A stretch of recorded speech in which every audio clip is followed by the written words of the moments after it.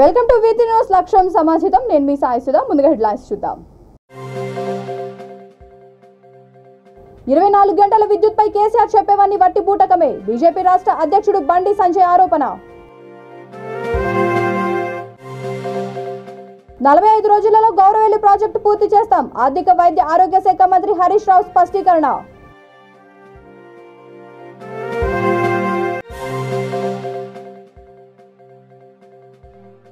కంచికచర్లలో దారుణం. ప్రియుడితో కలిసి భర్తను హతమార్చిన కసాయి.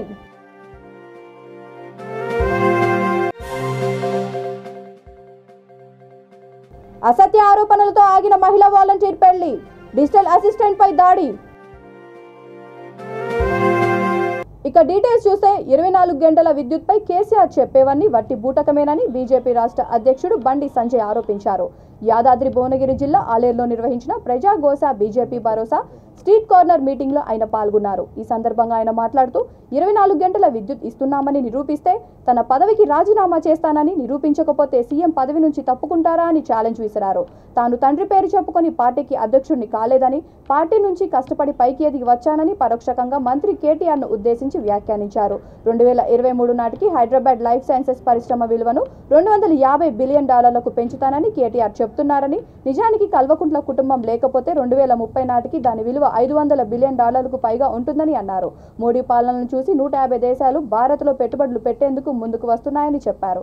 గత 75 ఏళ్లలో దేశానికి ఎన్ని $1 బిలియన్ పెట్టుబడులు వచ్చాయో అందులో 50% పైగా మోడీ పాలనలోనే వచ్చాయని అన్నారు. మన ఆరేలో ఏ పాపం చేసినా మీరు కారు గుర్తు ఓటేస్తారు కదా, ఓటేసిరా ఓటేయకుండా ఎమ్మెల్యే ఎందుకు వెళ్తారక్క? ఇక్కడ ఎమ్మెల్యే పొట్టుపడి పైన చంపుతారు. లండన్ లో అమెరికా పెట్టుబడి పెడతారు. వాళ్ళు పెడుతున్నారు లేదా? మరి కారు గుర్తుకు ఓటేసే మీరు పువ్వు గుర్తుకు ఓటేయకుండా కూడా మోడీ సార్ మీకు 2,40,000 ఇచ్చిండు. ఈ ఆలేరుకు నీ ఇండ్లు ఇచ్చిండు. మరి ఏడవా ఇండ్లు ఎందుకు ఇస్తలేరు? అడగాల లేదా? అడగడానికే అడుగుమని చెప్పడానికే మీ దగ్గరకు వచ్చాక 2,40,000 మోడీ సార్ ఇస్తే కేసీఆర్ సార్ ఇండ్లు ఇస్తలేడక. ఎందుకు ఇస్తలేదంటే అబ్బో ఆలేరులకు మోడీ సార్ ఇచ్చిన ఇండ్లు ఇస్తే, పువ్వు గుర్తులు ఇచ్చిన ఇండ్లు ఇస్తే వీళ్ళందరూ పువ్వు గుర్తుకు ఓటేస్తారు కాబట్టి ఇండ్లు అంటాడు. మళ్ళీ రేపు ఎన్నికలప్పుడు వస్తాడు, ఒక్కరికో ఇద్దరికో ఇండ్లు ఇస్తాడు.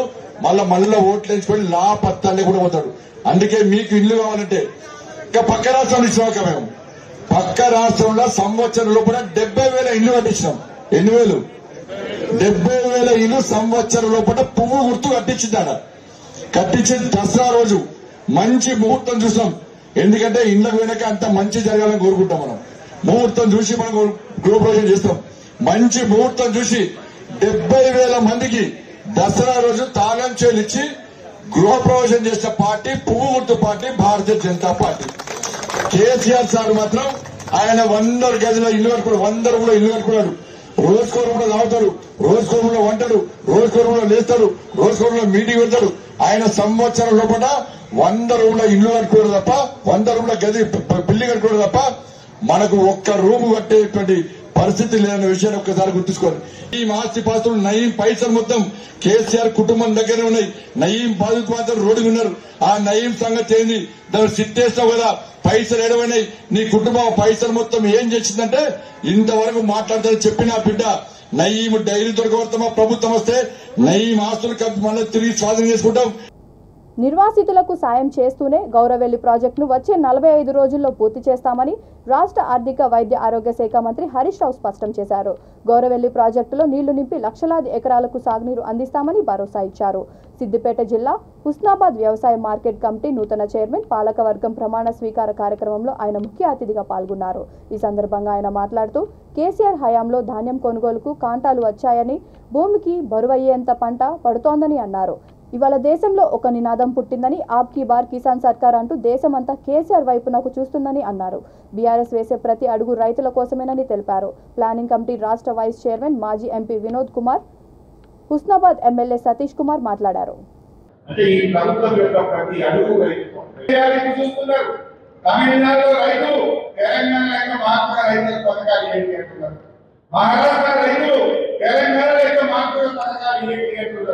కర్ణాటక రైతు రోడ్డు మీదకి వచ్చి తెలంగాణ ఇస్తారా, మమ్మల్ని తెలంగాణలో వెళ్తారా అని మాట్లాడుతున్నటువంటి పరిస్థితి వచ్చింది.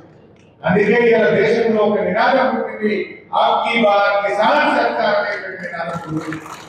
మాకు ఇలా కేసీఆర్ గారి నాయకుడు వచ్చిండు, రైతు రాజు చేసేటువంటి రాజ్యం కావాలి, రైతు కోసం పనిచేసే ప్రభుత్వం కావాలి, మాకు కేసీఆర్ కావాలి, మాకు బీఆర్ఎస్ కావాలని ఇలా దేశం మొత్తం మన కేసీఆర్ గారు చూస్తున్నారు.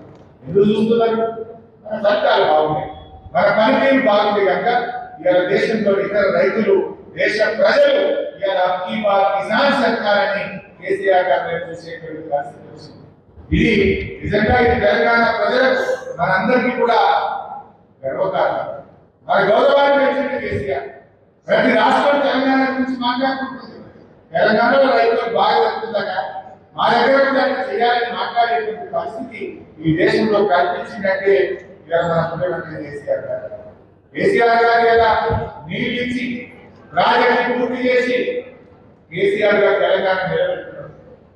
ఏమంటున్నారు కాంగ్రెస్ బీజేపీ? ఒకడు పేరుస్తా అంటారు, ఒకడు కూలుస్తా అంటారు. వేసేటోడు కావాలా, కూల్చేటోడు కావాలా, తెలంగాణకు ప్రాజెక్టు కట్టేటోడు కావాలా అని ఆలోచించారు. కేసీఆర్ ఏమో జిల్లా కోసం చెరువులు బాగా చేస్తుంది, చెక్ డ్యాములు కట్టుకుంటుంది, ప్రాజెక్టు పూర్తి చేసుకోబట్టింది, కడుపు నిండా కరెంట్ ఇస్తుంది, రైతు బంధు ఇస్తుంది, రైతు బీమా ఇస్తుంది, సకాలంలో ఎరువులు ఇస్తుంది, మార్కెట్ యార్డులు కట్టింది, మండలాలకు గొడవలు కట్టింది, పండిన పంట గింజ లేకుండా కొట్టింది. ఎన్టీఆర్ జిల్లా కంచికిచెర్లలో దారుణం చోటు చేసుకుంది. ప్రియుడితో కలిసి భర్తను హతమార్చింది ఓ కసాయి. కంచికిచెర్ల మండలం మోగులూరు గ్రామ సచివాలయంలో ఏఎన్ఎంగా పనిచేస్తున్న భార్గవి ప్రవీణ్ అనే వ్యక్తితో వివాహేతర సంబంధం పెట్టుకుంది. దీనిపై ఆమె భర్త కొంచెం రామారావు నిలదీయడంతో ప్రియుడితో కలిసి హతమార్చింది. స్థానికులు వెంటనే అతనిని నందిగాం ఆసుపత్రికి తరలించగా చికిత్స పొందుతూ మరణించాడు. మృతుడికి 3 పిల్లలు ఉన్నారు. ఈ సందర్భంగా మృతుడి కుమార్తె మాట్లాడుతూ చెల్లెలతో కలిసి తాను నిద్రపోతుండగా పెద్ద శబ్దాలు రావడంతో లేచి చూసేసరికి తమ నాన్న కింద పడిపోయి ఉన్నారని వాపోయింది. పోలీసులు కేసు నమోదు చేసుకుని దర్యాప్తు చేపట్టారు. నేను మా చెల్లి నిద్రపోతుంటే సౌండ్లు వచ్చినాయి. బయట అనుకుని మాకు పడుకున్నాం నిద్రలో. అంటే బాగా పెద్ద సౌండ్లు వచ్చేటప్పుడు బయటకు వెళ్ళి చూస్తే మా నాన్న పడిపోయి ఉన్నాడు. ఇంకంతే. అక్కడ ఇంకా అక్కడ మా అమ్మ ఉంది, ఇంకెవరు లేరు. ఎవరేం లేరా? కృష్ణా జిల్లా గన్నవరం పంచాయతీ పరిధిలోని 3వ సచివాలయంలో డిజిటల్ అసిస్టెంట్గా పనిచేస్తున్న రాంబాబు అనే వ్యక్తి అక్కడే విధులు నిర్వహిస్తున్న మహిళా వాలంటీర్పై అసత్య ఆరోపణలు చేయడంతో ఆమె పెళ్లి నిలిచిపోయింది. దీంతో కుటుంబ సభ్యులు ఆవేదన వ్యక్తం చేశారు. అంతటితో ఊరుకోకుండా ఆగ్రహంతో సచివాలయంలో డిజిటల్ అసిస్టెంట్ రాంబాబుపై దాడి చేశారు.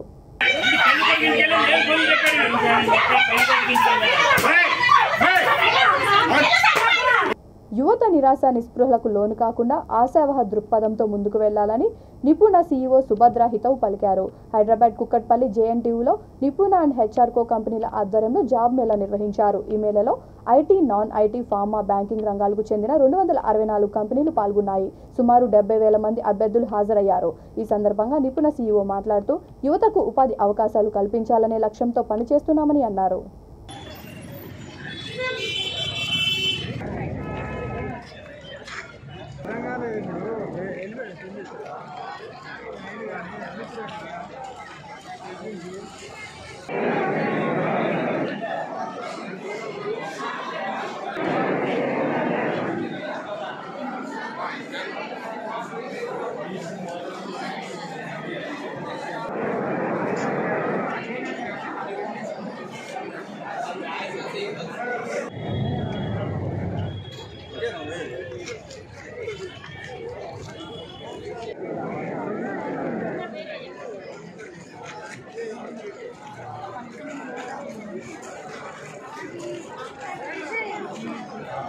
కడప జిల్లా గోపవరం మండలం సోమశీల వెనుక జలాలలో రామాంజనేయులు అనే మత్స్యకారుడిని హత్య చేసిన 6గురిని అరెస్ట్ చేసి కోర్టుకు హాజరుపరిచినట్లు మైదుకూరు డీఎస్పీ వంశీధర్ గౌడ్ తెలిపారు.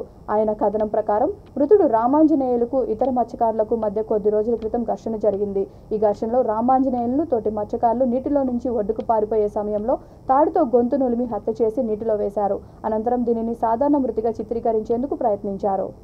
అదేవిధంగా సుధాకర్, నాగేశు, బాబ్జీ, మల్లికార్జున, హనుక్ అని చెప్పేసి 6 మందిని పిలుచుకొని రావడం జరిగింది. వీళ్ళు ఈ 16వ తారీఖున ఈ రామాంజనేయులు ఇంకొక 2 ఈ కూలోల్ని ఒంటిమిట్టకు చెందినటువంటి నర్సింహులు అనే ద్వారా ఇతన్ని పిలిపించుకొని 16వ తారీఖున అక్కడ సోమశిల ప్రాంతంలో వాళ్ళ క్యాంపు దగ్గర తీసుకుని వెళ్ళడం జరిగింది. అక్కడ 16, 17, 18వ తారీఖు వరకు ఓనర్ ఉంటాడు. తర్వాత శివరాత్రికని అతను ఊరికి వెళ్ళిపోయిన క్రమంలో అక్కడ మేస్త్రిగా ఉన్నటువంటి నాగేష్,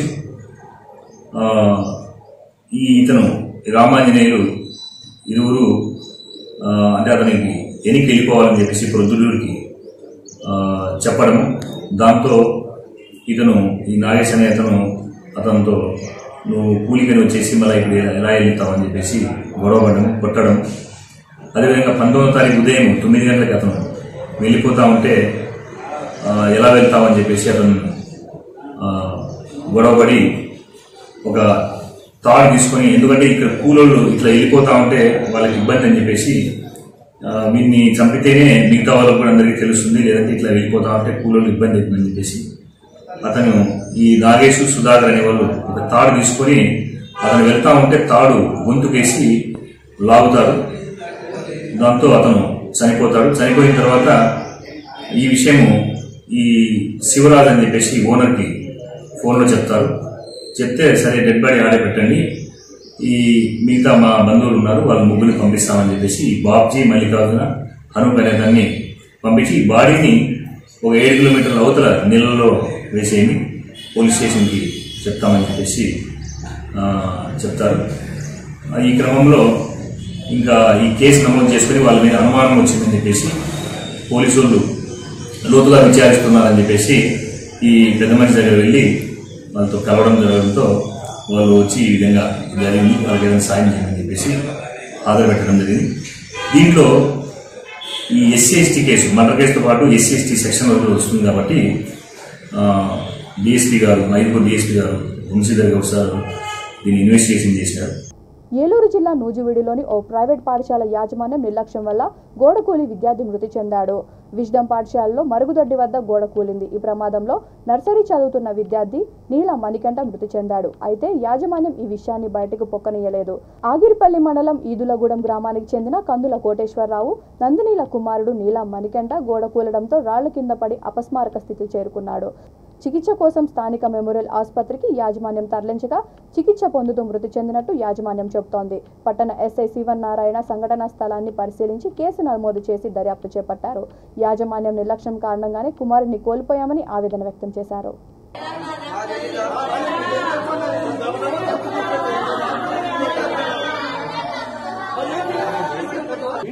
నా పేరు అంగడికోటేశ్వరరావు. నేను గొర్రెలు కాడ ఉన్నా 6 వారంలో నాకు ఫోన్ చేసి మీ బొట్టోడికి చిన్న దెబ్బ తగిలింది, హాస్పిటల్ తీసుకెళ్లారు సారు అని అన్నారు. ఈ మొక్కని పెట్టేశారు ఫోను. నేను తర్వాత ఫోన్ చేశా, అసలు ఫోన్ ఎత్తరా, మళ్ళీ చేశా, ఇక్కడ వచ్చే వరకు కొన్నా ఫోన్ అనేది ఎత్తరా, అసలు సమాధానం చెప్పరా. మావాడు చేసి నేను ఇళ్ళకి రప్పించుకుని ఇక్కడికి పంపించుకునేది అసలు నాకు ఇంతవరకు సమాధానం చెప్పలా, చెప్పలా. నాకు మేము బడిలో టీచర్ కందుల నేల మణికంఠ అనే 5 years బాబు విజ్డమ్ స్కూల్ నూజివీడు LKG చదువుతున్నాడు. ఈరోజు ఈవినింగ్ 3 టైంలో టాయిలెట్కి వెళ్ళి పిల్లలందరూ ఒకసారి వెళ్ళడంతో అక్కడ గోడ దగ్గర అందరూ టాయిలెట్ రూమ్లో అందరూ ఆడుకున్న టైంలో గోడ కూలి అన్ఫార్చునేట్లీ ఆ కుర్రోడికి తలకి దెబ్బ తగిలింది. అతన్ని హాస్పిటల్ తీసుకొచ్చారు. హాస్పిటల్ తీసుకొచ్చిన తర్వాత చనిపోయాడు. ఏంటంటే కేసు పెట్టి రీచార్జ్.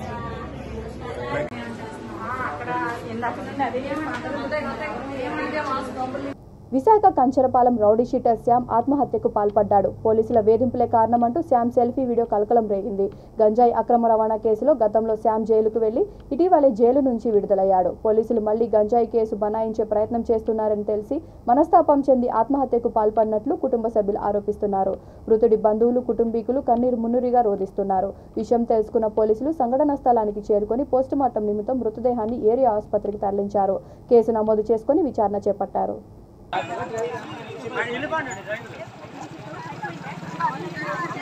హైదరాబాద్ సెంట్రల్ యూనివర్సిటీలో విద్యార్థుల మధ్య ఘర్షణ చోటు చేసుకుంది. ఎస్ఎఫ్ఐ ఏబీవీపీ విద్యార్థుల పరస్పర దాడుల్లో పలువురికి గాయాలయ్యాయి. స్టూడెంట్స్ యూనియన్ ఎన్నికల నేపథ్యంలో వాల్ పోస్టర్స్ అతికించే విషయంలో రెండు యూనియన్ విద్యార్థుల మధ్య గొడవ జరిగింది. ఈ నేపథ్యంలో ఎస్ఎఫ్ఐ విద్యార్థులు గచ్చిబౌలి పోలీస్ స్టేషన్లో ఏబీవీపీ విద్యార్థులపై ఫిర్యాదు చేశారు. కేసు నమోదు చేసుకుని దర్యాప్తు చేపట్టారు.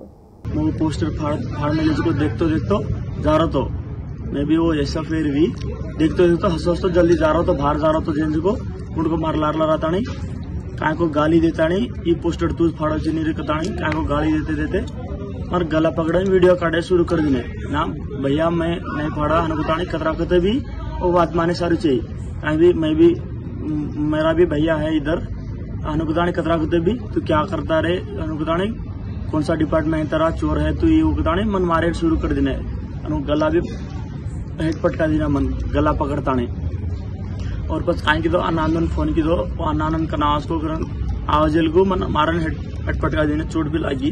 ఏలూరు జిల్లా జంగారెడ్డిగూడెంలోని ఓ ప్రైవేట్ స్కూల్లో విద్యార్థిపై అగంతకుడు దాడి చేశాడు. తల్లిదండ్రులు తెలిపిన వివరాల ప్రకారం పట్టణానికి చెందిన సంజయ్ అనే విద్యార్థి స్థానిక ఓ ప్రైవేట్ పాఠశాలలో 9వ తరగతి చదువుతున్నాడు. అదే స్కూల్లో సంజయ్ తల్లి ప్రైవేట్ టీచర్గా పనిచేస్తున్నారు. రోజు మాదిరిగానే సంజయ్ స్కూల్కి బయలుదేరుతుండగా ఇంట్లోకి వచ్చిన అగంతకుడు మీ డాడీ ఎక్కడా అని అడిగాడు. దీనికి లేరు అని చెప్పడంతో అగంతకుడు దాంతో తెచ్చుకున్న పదునైన ఆయుధంతో దాడి చేశాడు. ఈ సమాచారాన్ని తండ్రికి తెలియపరచగా హుటాహుటిన ఇంటికి వచ్చిన తండ్రి రక్తపు మడుగులో పడి ఉన్న కొడుకుని చూసి వెంటనే ప్రైవేట్ ఆసుపత్రికి చికిత్స నిమిత్తం తరలించారు. అనంతరం పోలీస్ స్టేషన్లో ఫిర్యాదు చేశారు. నేను నారాయణ స్కూల్లో చదువుతున్నాను. నేను స్కూల్కి వెళ్ళడానికి మొత్తం అంతా రెడీ అయిపోయి బ్యాగ్గా క్యాష్ బ్యాగ్ తీసుకొని వెళ్తుంటే ఎవరో తెలియని వ్యక్తి వచ్చారు. వచ్చి మీ డాడీ ఉన్నారా అని చెప్పి అడిగారు. అడిగితే నేను లేరు అంకుల్ బయటికి వెళ్ళారంటే వెంటనే నన్ను వెనక్కి తోసి ప్లేట్తో కోసారు చేతి మీద. కొయ్యంగానే మళ్ళీ అదే ఫోర్స్తో మెడ మీద కూడా కొయ్యడానికి ట్రై చేశారు. మెడ మీద లైట్గా గీసుకుంది. నేను వెంటనే వెనకలో ఉన్న స్టిక్ తీసుకొని తన తల మీద కొట్టాను. నన్ను తల మీద కొట్టి ఇంట్లో ఉన్న వస్తువులన్నీ ఇచ్చాను తన మీదకి. తను బయటికి వెళ్ళాను. నా పేరు ధర్మవరపు గోపి అండి. మాది జంగారెడ్డిగూడెం. మా బాబు 8:30 స్కూల్కి వెళ్ళాల్సిన బాబు 9:30 వరకు స్కూల్కి వెళ్ళిపోతే మా మిస్సెస్ బాబు ఇంకా స్కూల్కి రాలేదు, నా టిఫిన్ బాక్స్ కూడా బాబు దగ్గరే ఉంది అంటే ఎందుకు స్కూల్కి వెళ్ళలేదని నేను పని మానుకొని బాబు దగ్గరికి వచ్చేపాటికి బాబు రక్తం మడుగులో పడిపోయి ఉన్నాడండి. అసలు ఏం జరిగింది ఏంటని నేను కంగారులో ఇక వెంటనే హాస్పిటల్కి వేసుకెళ్ళానండి. బాబుకి సుఖొచ్చినాక అడిగితే మీ డాడీ ఉన్నారా అని అడిగారంట. లేడన్నాడంట. లేడనగానే బయటికి వెళ్ళే బాబుని వెంటనే లోపలికి తోసేసి బాబు మీద అటాక్ చేసి ఇష్టానుసారంగా అతని దగ్గర తెచ్చుకున్న బ్లేడో శాఖతోనో దేనితోనో అటాక్ చేసేసాడంట అండి. అటాక్ చేసేపాటికి బాబు కూడా ప్రతిఘటించాడంట. అతను కూడా కొట్టాడంట. బాబుకి చేతికి ఇంజూరీ అయింది, కుట్లు పడినాయండి. మాకు చాలా బాధగా ఉందండి. బులెటిన్ ముగించే ముందు హెడ్లైన్స్ మరొకసారి. 24 గంటల విద్యుత్పై కేసీఆర్ చెప్పేవన్నీ వట్టి బూటకమే. బీజేపీ రాష్ట్ర అధ్యక్షుడు బండి సంజయ్ ఆరోపణ. 45 రోజులలో గౌరవేలి ప్రాజెక్టు పూర్తి చేస్తాం. ఆర్థిక వైద్య ఆరోగ్య శాఖ మంత్రి హరీష్ రావు స్పష్టీకరణ.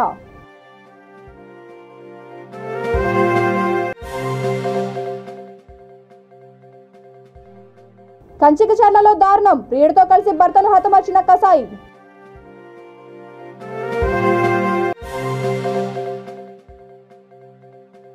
అసత్య ఆరోపణలతో ఆగిన మహిళా వాలంటీర్ పెళ్లి. డిజిటల్ అసిస్టెంట్ పై దాడి.